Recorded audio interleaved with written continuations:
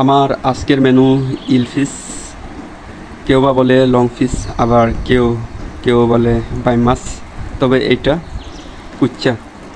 কুচ্চা মাছে প্রচুর রক্ত, যা অন্যান্য মাছগুলোতে থাকে না আর কি। দেখেন না, প্রচুর রক্ত। কুচ্চা খেলে নাকি রক্ত হামাশা ভালো হয়, আর শরীরে নাকি রক্ত বাড়ে। লোক মুখে শুনেছি মাত্র, তবে আমি এইটা বিশ্বাস করি না।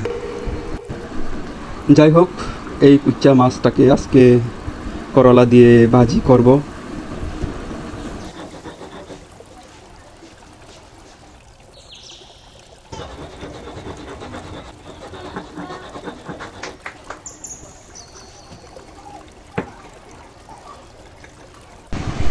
বন্ধুরা দেখেন, আমার যে আদা বাটা, রসুন বাটা, তারপরে এই জিরা বাটাগুলো কত সুন্দর দেখাচ্ছে। এই দেখেন কত সুন্দর। আর এখানে পেঁয়াজগুলো কুচি কুচি করে কেটে নিয়েছে, আর মরিচগুলো ফালি ফালি করে কেটে নিয়েছে।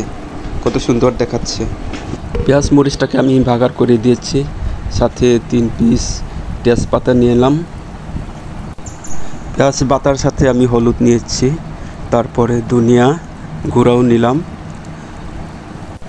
সবগুলো উপকরণ ভাগার দিয়ে আমি হালকা করে নেড়ে চেড়ে দেব, যেন আমার মশলাটা পুড়ে না যায়, ওইদিকে লক্ষ্য রাখবো। আমার মশলাগুলো বাদামি কালার হয়ে আসছে, দেখতেও খুব সুন্দর লাগতেছে। যে কুচে মাছগুলো আমি কুটে রেখেছিলাম, ওইগুলো মশলার সাথে মিক্স করে আবার মশলার সাথে কষিয়ে নেব। কষিয়ে হালকা নেড়ে চেড়ে দেব।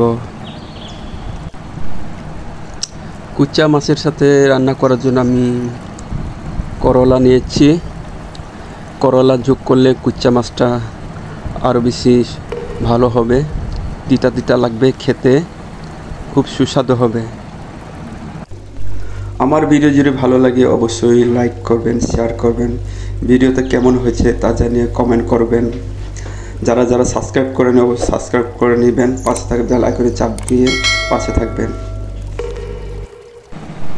অনেকক্ষণ ভাজার পরে আমার তরকারিটা কি সুন্দর কালার চলে আসছে, দেখতেও অসাধারণ লাগছে, অসাধারণ।